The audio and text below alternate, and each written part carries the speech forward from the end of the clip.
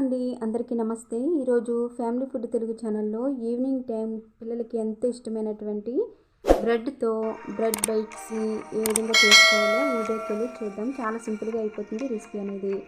ముందుగా milk బ్రెడ్ని 6 slices వరకు తీసుకుని చాకుతో ఈ విధంగా కట్ చేసుకున్న తర్వాత ప్యాన్ గాల్లో ఒక 5 నిమిషాలు ఉంచాలి.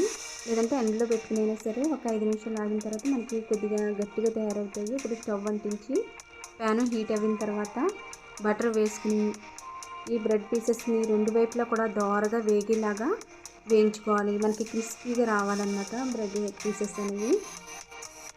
ఇలా క్రిస్పీగా వచ్చిన తర్వాత ఒక ప్లేట్లోకి తీసేసుకున్నాం. ఇప్పుడు స్టవ్ అంటించి ఒక బాండి పెట్టుకున్న తర్వాత బటర్ వేసుకోవాలి. బటర్ బాగా హీట్ అయిన తర్వాత ఇందులో వెల్లుల్లి తరుగు 2 టేబుల్ స్పూన్ వరకు వేసుకోవాలి. పచ్చిమిర్చి కూడా 2 టేబుల్ స్పూన్ వరకు వేసుకుని ఈ విధంగా బాగా ఫ్రై అయిన తర్వాత ఇందులో తగినంత సాల్ట్ వేసుకోవాలి.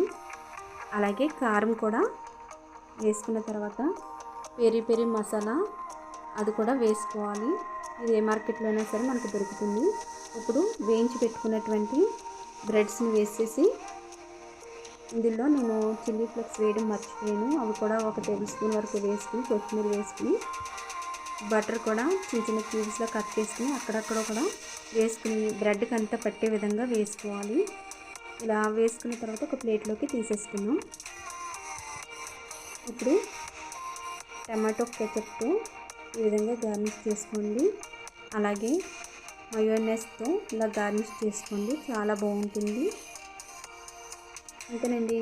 ఈ వీడియో కనుక మీకు నచ్చినట్లయితే షేర్ చేయండి, లైక్ చేయండి, సబ్స్క్రైబ్ చేయడం మాత్రం మర్చిపోవద్దు. బెల్ ఐకాన్ క్లిక్ చేయండి. ఇప్పుడు వరకు నా ఛానల్ సబ్స్క్రైబ్ చేసిన వాళ్ళందరికీ కూడా థ్యాంక్ యూ ఫర్